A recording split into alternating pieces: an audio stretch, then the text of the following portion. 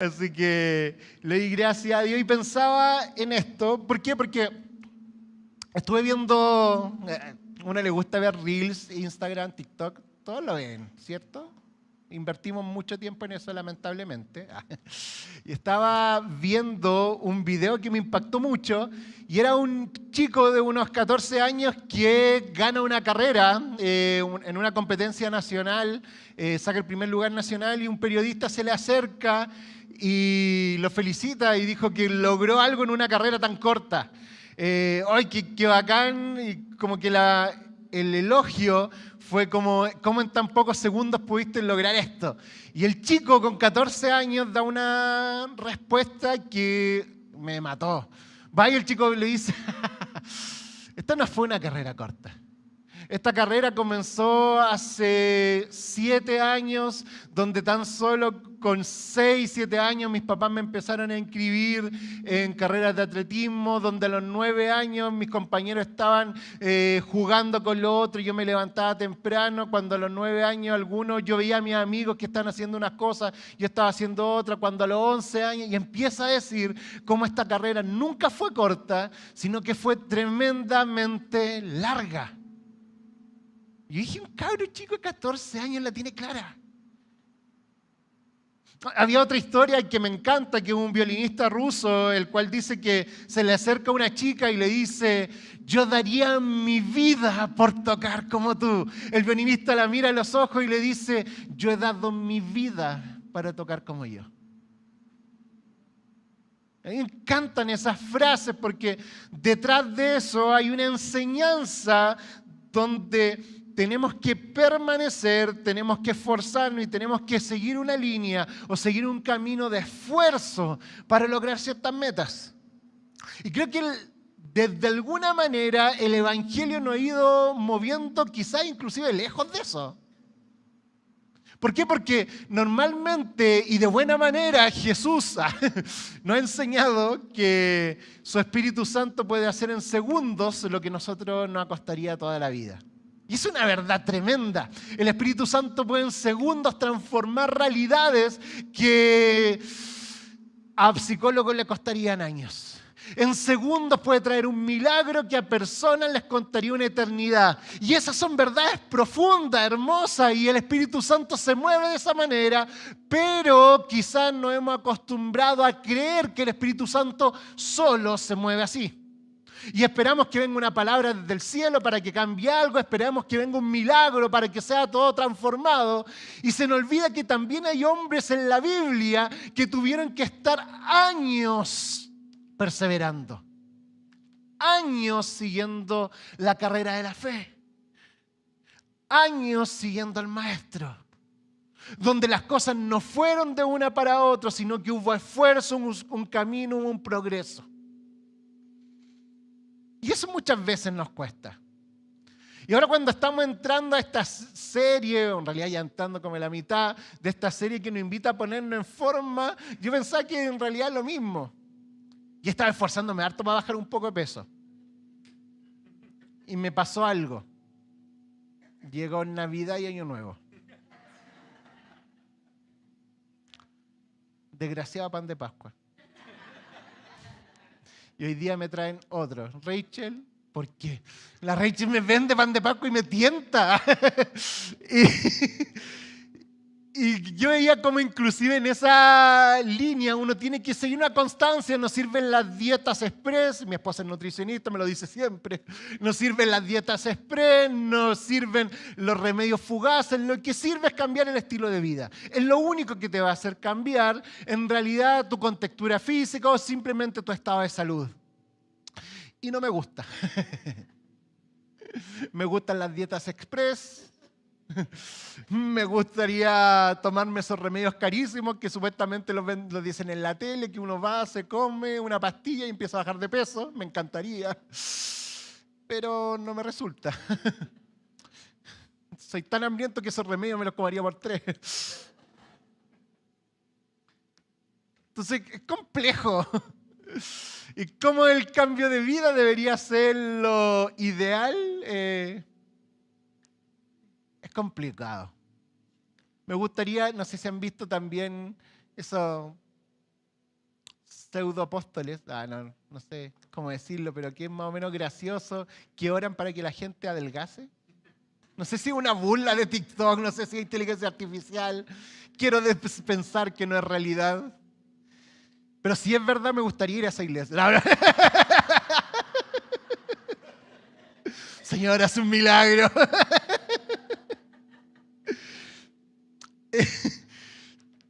Y es así como quizás nuestra mentalidad express, nuestra mentalidad que queremos las cosas rápidas, no ha ido quizás mintiendo en torno a lo que es el caminar cristiano. Si bien en el caminar cristiano hay milagros que transforman todo, pero esos milagros normalmente vienen detrás de un profundo buscar de Dios, de un camino de seguir amando a Cristo Jesús y tratando de estar en su obra. Déjenme decirle que Jesús, cuando resucitó a Lázaro, Lázaro debió seguir buscándole. No es que Lázaro resucitó y fue el rey ahí todo bacán. No. Lo resucitó, pero siguieron los problemas.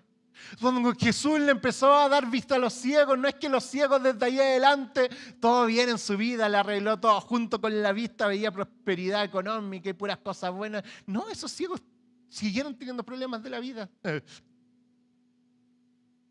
¿Qué pasa con nosotros entonces? Les quiero invitar a que abran su Biblia en Juan capítulo 15, versículo del 1 al 8. No los veo abriendo sus Biblias. ¿Dónde están sus Biblias? O enciendan sus Biblias, ya bueno.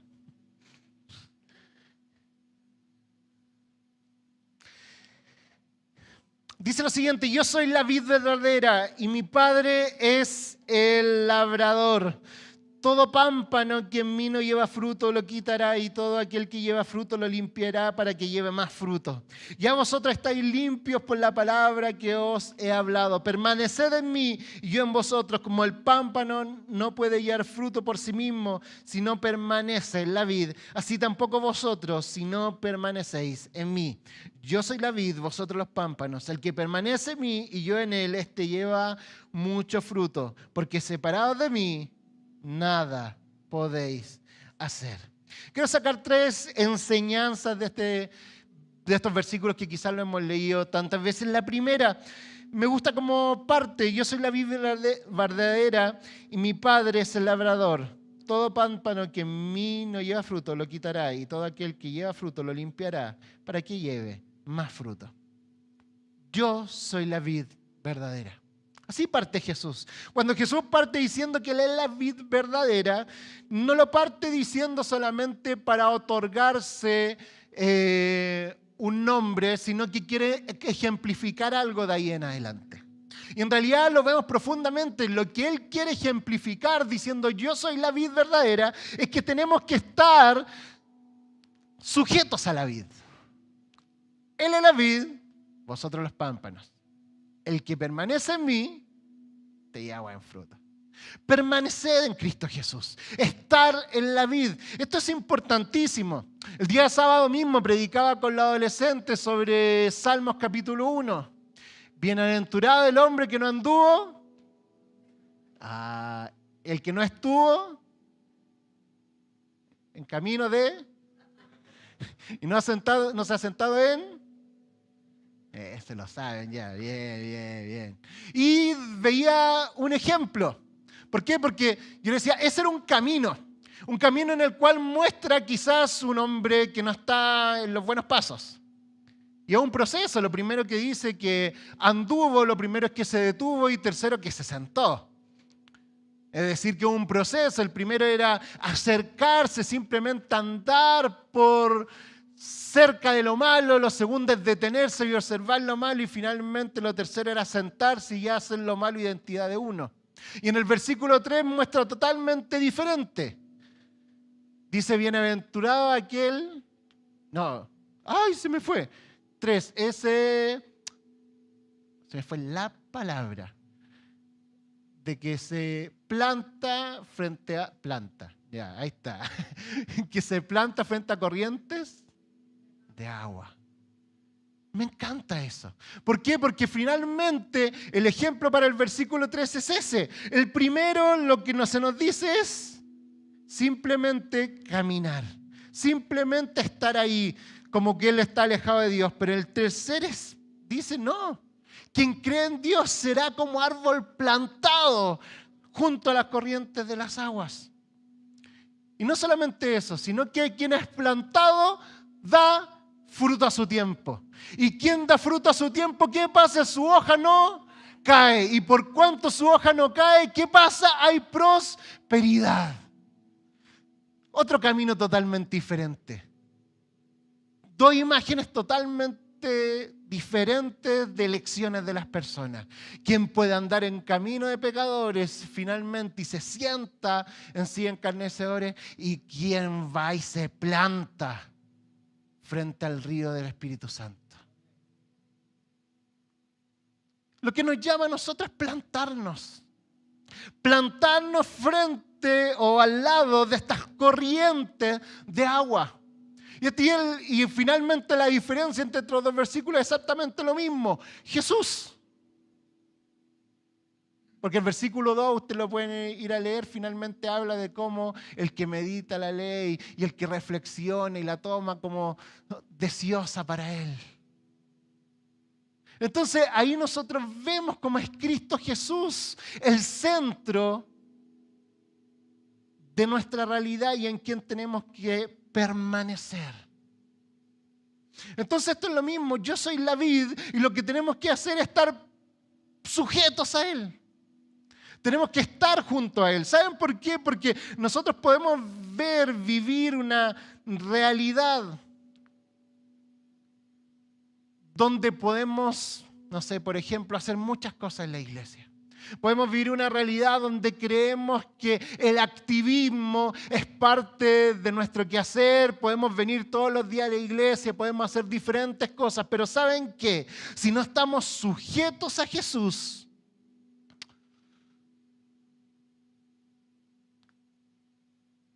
nada podéis hacer.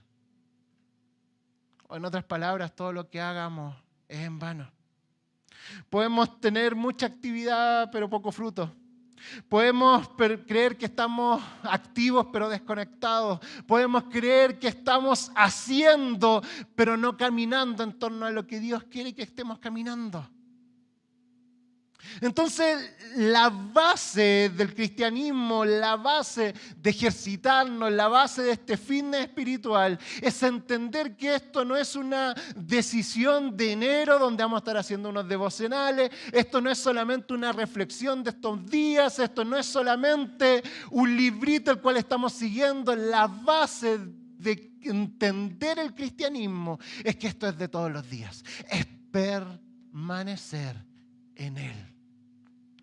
Y ahí está lo complejo. Así como no son dietas express, así como no son carreras de minutos, así como no es simplemente dar la vida por tocar el violín, sino que son años de esfuerzo. Les quiero decir algo. El discipulado de Cristo, el llamado de Cristo Jesús a nuestras vidas es un llamado permanente. Es siempre, todas las mañanas, Cristo Jesús cada mañana está en la espera de que tú dobles tus rodillas al levantarte y te comuniques con Él. Dios está a la espera cada día simplemente de que tú cierres tu ojo, alces tus manos y le des gloria a Dios. No son tiempos de adoración solamente los domingos donde la música nos lleva a inspirarnos, y son los mayores tiempos de adoración en la semana, donde las cosas van complicadas, donde tu jefe te cae mal, donde las situaciones son complejas. En ese momento es donde sale la adoración más genuina. Déjenme decirles, mi adoración más genuina no ha estado aquí en el templo. Creo que mi adoración más genuina estuvo al lado de una silla de un hospital. Mi adoración más genuina este último tiempo ha estado abrazando a mi esposa en tiempos difíciles. Mi adoración más genuina estaba en situaciones complejas donde todo debería ser alegarle a Dios por qué permites que pasen estas cosas, y simplemente decirle: Señor, aunque la higuera no florezca, aunque en las vides no haya fruto, yo te adoraré. Entonces, cuando nosotros entendemos que tenemos que permanecer en Él, estar ahí aún en las situaciones complejas como en las buenas, todo empieza a transformarse. Porque no tiene que ver con sentimientos, no tiene que ver con emocionalismo, tiene que ver con una convicción de seguir a Dios. Porque permanecer en Cristo es más importante que lo que tú produzcas, es más importante que lo que tú hagas, es más importante inclusive que cómo te sientas. Permanecer en Cristo es una convicción.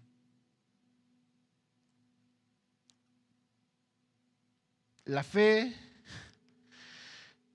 no se fortalece simplemente haciendo más, activando, obrando. La fe en Cristo Jesús se fortalece permaneciendo, estando. Siempre me acuerdo de una frase que me compartió el pastor Iván cuando yo estaba llegando a Bethesda. Y a mí me hizo reflexionar harto tiempo. Él me dijo, Freddy, la idoneidad se baja por internet. ¿Se acuerda? Me dijo, no busco a alguien idóneo. La bajáis por internet. Me acuerdo en ese tiempo me dijo, para ser idóneo estudia trabajo social. ¿Querís ser idóneo para lo que estás haciendo? Estudia, prepara. Se baja por internet la idoneidad. La estudiáis. Pero la fidelidad, esa bola no se compra. No me dijo eso. No me dijo esa bola, no, yo eso lo puse, no. yo lo entendí así. Digo, pero la fidelidad no. La fidelidad no se compra, no se estudia, no se entrena. La fidelidad es una convicción. Es tomar las decisiones de hombres y mujeres de estar acá. Vienen cosas complejas, obvio, por montones. Situaciones difíciles, obvio que sí. En el ministerio te vas a pelear con gente un montón de estas veces. Hay gente que te cae mal, obvio sí. Hay gente que no tenía el mismo pensamiento político, un montón. Pero da lo mismo. Es Cristo Jesús mi centro. Segundo, el versículo sigue y me encanta. Me había ido a Salmos, voy a Juan de nuevo. Un segundo.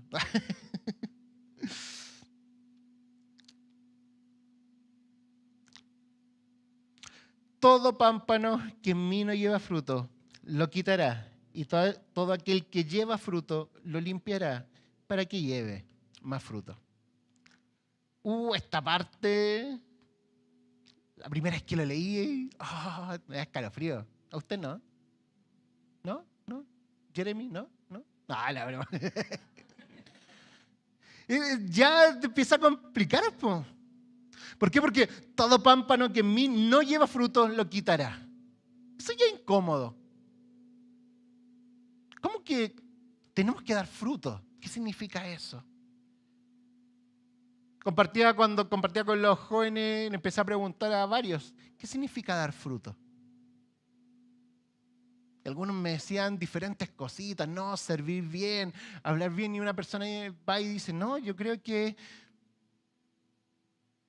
no tiene que ver con lo que yo hago, dijo. Tiene que ver con lo que el Espíritu Santo hace en mí. La tomé y le dije, tú sigue predicando, yo me bajo. Me voy. ¿No? Y dijo, son los frutos del Espíritu Santo, en lo que el Espíritu Santo sigue trabajando en ti. Entonces, si finalmente no estás dando fruto, te quiero decir algo, es que no estás permitiendo que el Espíritu Santo active en ti. El Espíritu Santo quiere activar en ti, el Espíritu Santo quiere que saquen lo mejor de ti. El Espíritu Santo vive dentro tuyo para finalmente guiarte, ser ese consolador quien te ama y avanzar contigo y que dé fruto. Pero si no estás dando fruto, es que no estás permitiendo que el Espíritu Santo obre en ti. Y si no estás permitiendo que el Espíritu Santo obre en ti, serás como ese hombre que simplemente se sienta en silla de escarnecedores. Estás empezando ese proceso. Estás empezando ese proceso. Si no permites que el Espíritu Santo trabaje en ti, estás comenzando eso. Estás empezando a andar en camino de pecador, estás empezando a obrar de mala manera, porque el Espíritu Santo es quien nos convence de pecado, el Espíritu Santo es el que trabaja con nosotros. Quiero decirte algo, no es que el Señor simplemente te corte y te elimine, sal de aquí pecador de mi vista, es que si no querís que el Espíritu Santo trabaje en ti, te vaya a caer.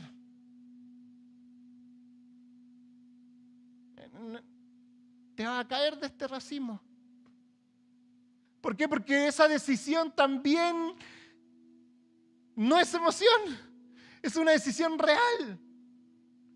Porque no son decisiones de, ay, necesito que el Espíritu Santo, ven Espíritu Santo, y empieza a trabajar en mí y pasa como una osmosis donde yo empiezo a transformar. No.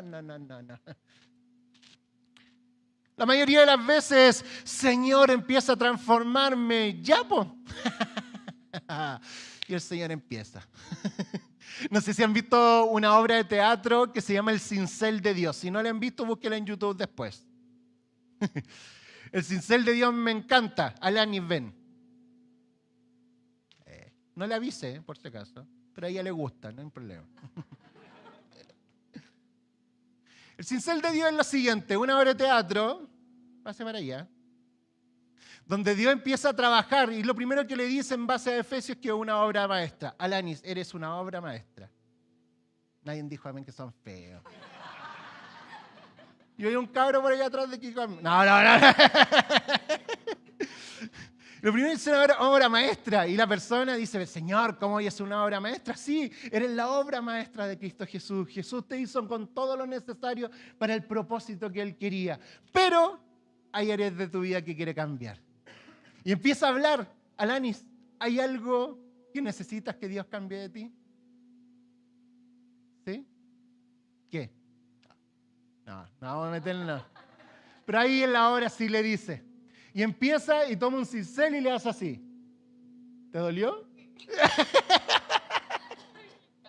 Ya, yo la pellizqué para que le doliera de verdad. Y en ese cincel de Dios, Él dice que va, le pega una cincelada y le duele, pues. Está sacando algo de Él. Como a Alanis le dolió. ¿Te ha dolido algunas veces que Dios ha querido sacar amigos de tu vida?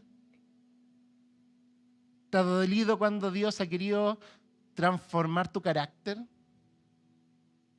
Te pregunto porque he podido pasar algunos procesos de esos con ella. ¿Te ha dolido cuando Dios inclusive ha tenido que meter a cambiar cosas de tu familia y desde infancia? Ya no sigo, siéntate. No la quiero hacer llorar.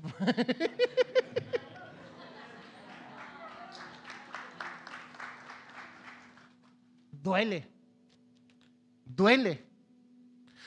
transformar el carácter, porque empezamos a darnos cuenta que Dios, primeramente que hay realidades que quizás inclusive nuestras familias nos enseñaron que tienen que cambiar. Segundo, tenemos que empezar a callar voces en nuestra mente donde el mundo nos dice, donde tantas realidades nos dicen que lo que hacemos es bien, pero nosotros sabemos que está mal. Duele cambiar amigos en los cuales hemos crecido y sabemos que no nos llevan por buen lugar. Duele. Pero es necesario. Porque así como lo dice, y todo aquel que lleva fruto lo limpiará. Si tú estás dando fruto, el Señor empezará a limpiar tu vida. Y ahí es donde se complica más. Tú podés permitir que el Espíritu Santo esté moviéndose en ti, pero te va a doler. O podés permitir que el Espíritu Santo ni se mueva y te vaya a caer, que es peor. Pero la verdad es que también, si permitimos que el Espíritu Santo se empiece a mover en nuestra vida, que va a ser complejo. No esperes que te estemos diciendo como pastores, ven a la iglesia y todo va a estar bien, éxito, todo de gloria en gloria, todo bien. Déjame decirte que no es así. Que no.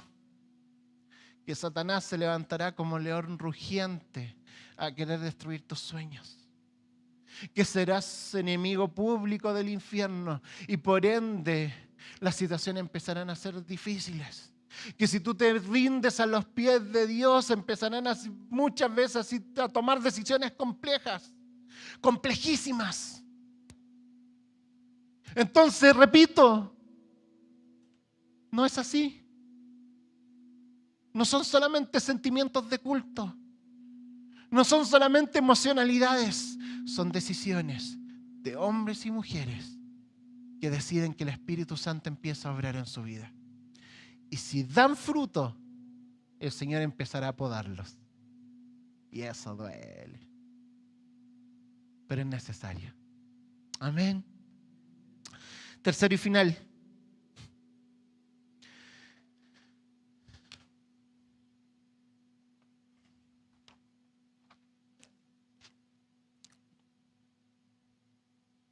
En el versículo 7 y 8 dice: yo soy la vid, vosotros los pámpanos, el que permanece en mí, yo en él, este lleva mucho fruto. No, leí el 5. Si permaneceréis en mí, mis palabras permanecen en vosotros, pedid todo lo que queréis y os será hecho. En esto he glorificado a mi Padre, en que llevéis mucho fruto y seáis mis discípulos. Me encanta. Aquí es donde empezamos a observar cómo actúa Dios de forma extraña. Porque, a ver, recién le acabo de decir que esto no es de gloria en gloria, casi siempre, que hay cosas difíciles, ¿cierto? Pero ahora vengo y les digo, es que si esto sí es de gloria en gloria. Pues le estoy diciendo, ¿saben que si la palabra de Dios permanece en ustedes, pedid todo lo que queráis y será hecho? Mira, que a nosotros nos gusta quedarnos con esos versículos. Estos son versículos de refrigerador, ¿cierto? Son como de congreso, así como que yo lo pondría en un separador de Biblia para que lo tengamos. Son esos que cuando tú estás deprimido lo leí y tú decís, oh, amén, pedid todo lo que queréis y os será hecho. Amén. Y todos, amén. Pero aquí está lo que se viene después. Y antes, porque dice, ¿saben que esto no es pidan y se será hecho? No, tranquilos. Esto es si permanecen en mí y mis palabras permanecen en ustedes, pidan. ¿Qué quiere decir esto? Oye, ese pitito. ¿Qué quiere decir esto? Pidan. ¿Sabes lo que quiere decir? Que esto no es que pidan al lote. ¿Por qué? Porque si ustedes permanecen en Dios, si nosotros permanecemos en Dios y su palabra permanece en nosotros, ¿saben lo que va a pasar? Que lo que nosotros pidamos va a estar alineado ¿a qué? A la voluntad de Dios. Entonces ya no va a pedir al lote, vamos a pedir conforme a lo que Dios quiere. Y es así como en pequeñas oraciones empezamos a dar cuenta de esto. Yo me doy cuenta. ¿Han vivido tiempos o velorios? Todos hemos vivido velorios. Este fin de semana falleció la mamá de la tía Nelly. La tía Nelly, si no la conocen, es la cocinera de la fundación. Una persona que yo quiero mucho. Y yo me acerco a la tía Nelly, la abrazo, le doy ánimo. Y sus palabras fueron así: está en un lugar mejor. Que sea lo que Dios quiera.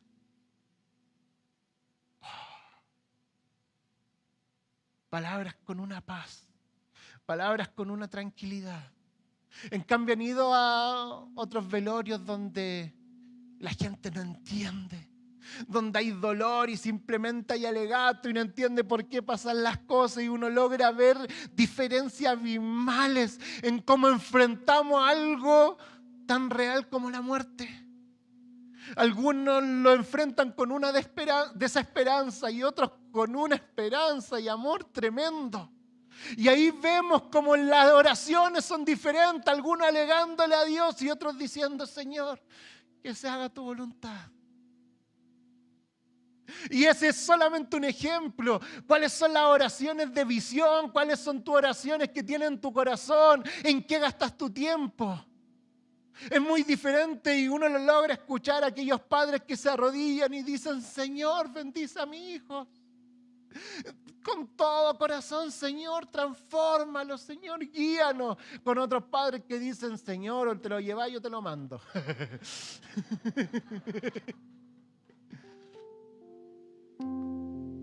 Son oraciones abismalmente diferentes porque algunas oraciones están tan ligadas a la voluntad de Dios que simplemente en descansar en papá. Y hay otras oraciones que están tan lejanas de Dios que se centran en exigirle a Dios. En esto he glorificado a mi Padre, en que llevéis mucho fruto y seáis así mis discípulos. En esto he glorificado a Dios. En esto se glorifica a papá, en que ustedes crezcan, en que nosotros crezcamos, en que llevemos mucho fruto. Y no sé si se dan cuenta, pero lo que está diciendo ahí Jesús es decir, ¿saben lo que le saca una sonrisa a Jesús? Que ustedes crezcan. No sé si les pasa. Está mi hijo atrás, Benjamín, levanta tu mano. Vino de Concepción. Tiene 17 años. Medio gorilón. El año pasado se bautizó encargado del ministerio de multimedia de su iglesia. Y cuando yo lo veo simplemente digo, oh, qué orgulloso estoy de este cabro chico. Ha sido difícil, lo tengo lejos. Pero pucha que me encanta. Y me imagino a Dios con lo mismo. Me imagino a Dios cada paso que da. Decir, en esto me glorifico, en esto me alegro. Mira, me imagino conversando con los ángeles y diciéndole, Gabriel, ven. Mira a David cómo creció en este campamento. Míralo como Dios, como le hablé y él escuchó. Míralo las decisiones que está tomando, que estoy contento.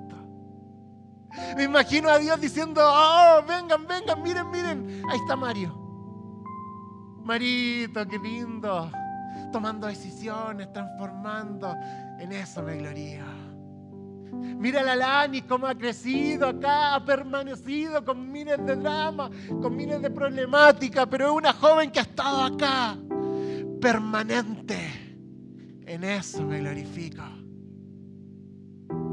Y no solamente en eso, sino que dan fruto para que sean mis discípulos. Y volvemos a lo mismo. Ser discípulos de Jesús no es vivir un discipulado de 5 clases, prebautismo. Ser discípulo de Jesús no es hacer un estudio en enero que se llama En Forma y estamos ahí a full. No. Ser discípulo de Jesús es seguir sus pasos toda la vida. Piensen en el pastor más anciano que conozcan. Espero que no piensen en el pastor Iván. Otros.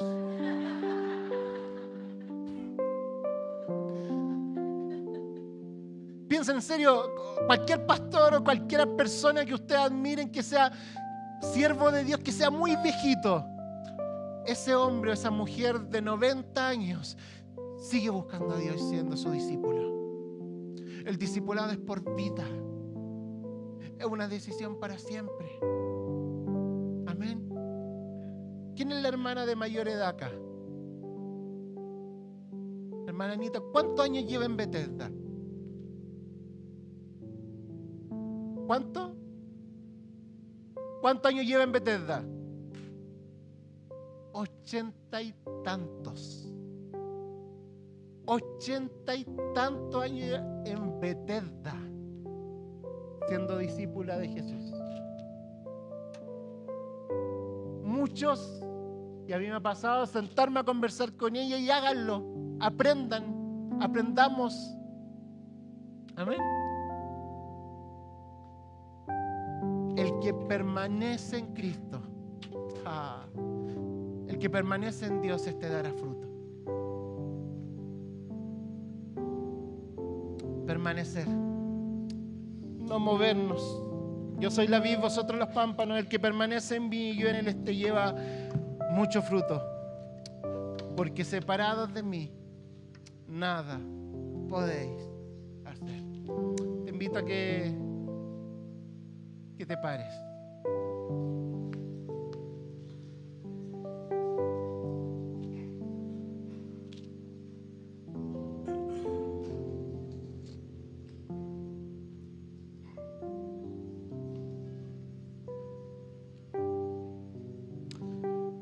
Sin conexión a Dios, te caes del árbol.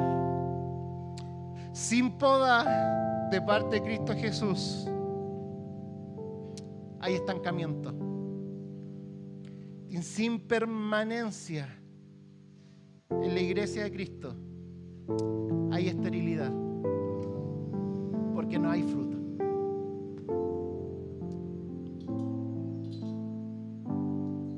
Te invito a que empieces a pensar en tus frutos, en tus talentos, en lo que Dios ha puesto en tu vida. Te invito a pensar en los llamados que Dios ha entregado en tu vida. Quizá algunos se están recordando llamados de adolescencia, de infancia. Quizá otros simplemente no saben qué hacer con su vida. Quizá otros están llegando a la iglesia y dicen: Señor, ¿qué puedo hacer? Pero quiero decirte que cada uno de nosotros tiene un llamado a dar fruto. Y aquí dentro de esto podemos haber personas que sabemos que estamos llamados a dar más de lo que hemos dado. Y cuando estamos llamados a dar más de lo que hemos dado, esta palabra simplemente nos invita a permanecer en Cristo Jesús. Pero también hay gente que quizás ni siquiera es que está llamada a dar más, sino que simplemente por diferentes razones de la vida sabe que no ha dado lo que tiene que dar. Sabe que no ha dado fruto. Y eso es simplemente porque no ha decidido que el Espíritu Santo se mueva dentro de usted. Es porque no ha decidido que el Espíritu Santo empiece a dar fruto. Es porque no ha permitido que Dios empiece a trabajar en su vida. Es que no ha permitido que el cincel de Dios empiece a podar su realidad. Es porque no ha permitido que Cristo Jesús empiece a cambiar cada parte de su existencia. Y la decisión sigue siendo la misma. Hombres y mujeres parándose frente a Dios y diciéndole: Señor, quiero permanecer en ti.